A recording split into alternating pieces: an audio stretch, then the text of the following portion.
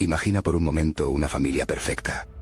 Un matrimonio de profesionales respetados en su comunidad, una hija adoptada, brillante y llena de talento.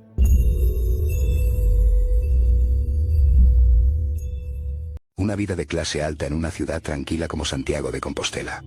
Ahora, imaginen que, bajo esa superficie de normalidad y éxito, se esconde un secreto tan oscuro que termina en la peor de las tragedias. Esta es la historia del caso Asunta Basterra.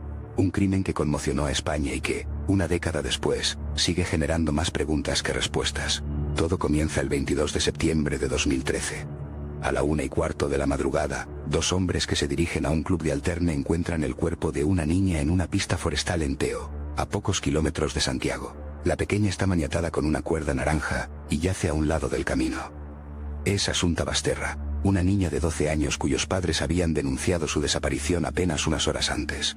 Los padres son Rosario Porto, una abogada de una de las familias más conocidas de la ciudad, y Alfonso Basterra, un periodista especializado en economía. Ante la policía se muestran como unos padres rotos por el dolor.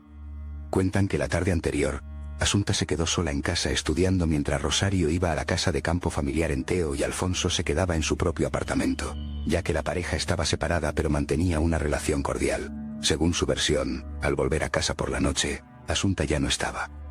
La buscaron, llamaron a sus amigos, y finalmente, acudieron a la comisaría. La imagen pública de la familia era impecable. Rosario era hija única de un prestigioso abogado y una profesora universitaria. Alfonso, aunque de origen bilbaíno, se había integrado perfectamente en la sociedad compostelana. Juntos, decidieron viajar a China en el año 2001 para adoptar a Asunta, convirtiéndose en una de las primeras familias de la zona en hacerlo. Asunta era una niña excepcional. Sacaba notas excelentes, estudiaba piano, violín, ballet y hablaba varios idiomas. Era el orgullo de sus padres y de sus abuelos maternos, quienes la adoraban. Pero esa fachada perfecta comenzó a desmoronarse muy pronto. La investigación policial, en lugar de buscar a un asesino desconocido, giró rápidamente hacia el círculo más íntimo de la niña, sus propios padres. Las contradicciones en sus declaraciones fueron la primera señal de alarma. Rosario afirmó haber dejado a Asunta en casa, pero las cámaras de seguridad de una gasolinera la grabaron en su coche, con Asunta en el asiento del copiloto, en dirección a la casa de campo de Teo, muy cerca de donde se encontró el cuerpo. Cuando la policía le mostró las imágenes, su historia cambió. Dijo que sí, que la había llevado, pero que la había traído de vuelta a Santiago antes de volver ella sola a la finca. Una mentira que la situaba como la principal sospechosa. Pocos días después, durante el registro de la casa de campo, un detalle aparentemente menor lo cambió todo. Los investigadores encontraron en una papelera un trozo de la misma cuerda naranja, con la que Asunta fue maniatada. La detención de Rosario Porto fue inminente, justo después de la incineración de su hija. La noticia cayó como una bomba en la sociedad gallega. Pero, ¿y Alfonso Basterra? Parecía tener una coartada sólida. Sin embargo, los investigadores no tardaron en descubrir su implicación. El análisis forense del cuerpo de Asunta reveló algo escalofriante. La niña había sido sedada durante meses con altas dosis de orfidal, un ansiolítico cuyo principio activo es el lorazepam. ¿Y quién había estado comprando cajas de orfidal de forma recurrente en los meses previos al crimen? Alfonso Basterra. Los testimonios de los profesores de Asunta confirmaron las sospechas. La niña había acudido a clase en varias ocasiones mareada y somnolienta. Un día, le confesó a su profesora de música: «No sé qué me pasa, mi madre me da unos polvos blancos que me hacen dormir durante días». Alfonso justificó estos episodios como una alergia, pero la verdad era mucho más siniestra. Estaban drogando a su propia hija. El plan, según la investigación, era un ensayo. Estaban probando las dosis, preparando el terreno para el día final. El móvil del crimen se convirtió en la gran incógnita del caso.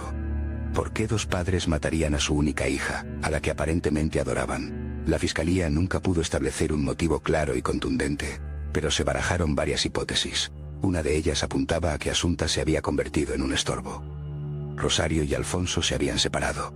Ella tenía un amante, y, según algunos testigos, quería empezar una nueva vida sin las ataduras que suponía la niña. Alfonso, económicamente dependiente de Rosario, habría sido cómplice necesario en un plan macabro para recuperar su vida en pareja, sin la presencia de su hija. Otra teoría, mucho más inquietante, vincula el asesinato con la herencia de los abuelos maternos de Asunta, fallecidos de forma repentina, y con apenas 7 meses de diferencia el año anterior. Tras su muerte, Rosario heredó un patrimonio considerable. Algunos especulan que, a raíz de la muerte de sus abuelos, Asunta cambió, que quizás percibió algo, que empezó a entender cosas que no debía. Y que sus padres, aterrorizados, pensaron que la niña podría empezar a cantar, a revelar secretos familiares que debían permanecer ocultos. Esta teoría nunca pudo ser probada, pero la idea de que Asunta sabía algo que la sentenció a muerte ha permanecido siempre en el aire. El juicio, celebrado en 2015, fue uno de los más mediáticos de la historia de España. La defensa de los padres intentó sembrar dudas, hablando de un tercer implicado, de un asesino desconocido que podría ser el responsable. Se habló de un hombre cuyo perfil genético apareció en la camiseta de Asunta, aunque luego se demostró que se trataba de una contaminación en el laboratorio de la Guardia Civil.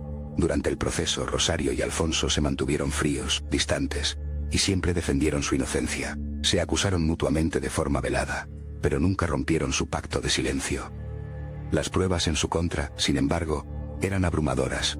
Las mentiras iniciales, las cámaras de seguridad, la compra de los medicamentos, la cuerda en la casa de campo, y sobre todo, el plan de sedación continuada que demostraba una premeditación escalofriante. El jurado popular no tuvo dudas. Tras 4 días de deliberación, declararon a Rosario Porto y Alfonso Basterra culpables del asesinato con alevosía de su hija Asunta. Ambos fueron condenados a 18 años de prisión. La sentencia confirmó que ambos trazaron un plan conjunto para acabar con la vida de la niña. El 21 de septiembre de 2013, comieron juntos en casa de Alfonso, donde le suministraron a Asunta una dosis tóxica de Orfidal para anular su voluntad y su capacidad de defensa. Luego, Rosario la llevó a la casa de Teo, donde, en un momento entre las 6 y las 8 de la tarde, la asfixiaron. Alfonso, aunque no estuviera físicamente en el momento de la asfixia, fue considerado cooperador necesario del crimen. El caso, sin embargo, no terminó con la sentencia. En noviembre de 2020, Rosario Porto fue encontrada sin vida en su celda de la prisión de Brieva, en Ávila. Se había suicidado. A lo largo de sus 7 años en la cárcel, ya había protagonizado varios intentos autolíticos. Su muerte se llevó a la tumba cualquier posibilidad de que algún día confesara la verdad. Alfonso Basterra, por su parte, sigue cumpliendo condena. Continúa manteniendo su inocencia, y ha enviado cartas desde la cárcel en las que se describe como un padre que ha perdido lo que más quería. Su versión de los hechos nunca ha cambiado. Hoy, el caso Asunta sigue siendo una herida abierta. Sabemos quiénes lo hicieron y cómo lo hicieron. Tenemos la cronología de un crimen planificado con una frialdad que hiela la sangre. Pero la pregunta fundamental, la más importante, sigue sin respuesta. ¿Por qué? ¿Qué terrible secreto, o qué profunda maldad puede llevar a unos padres a drogar durante meses, y finalmente asesinar a su propia hija de 12 años? El móvil real, la verdad última de lo que ocurrió en la mente de Rosario Porto y Alfonso Basterra, probablemente murió con ella en aquella celda y sigue encerrado con él en la suya. La historia de la familia perfecta se convirtió en la crónica de un horror inimaginable, dejándonos con la inquietante certeza de que, a veces, el mayor peligro no está fuera, sino dentro de las paredes del propio hogar.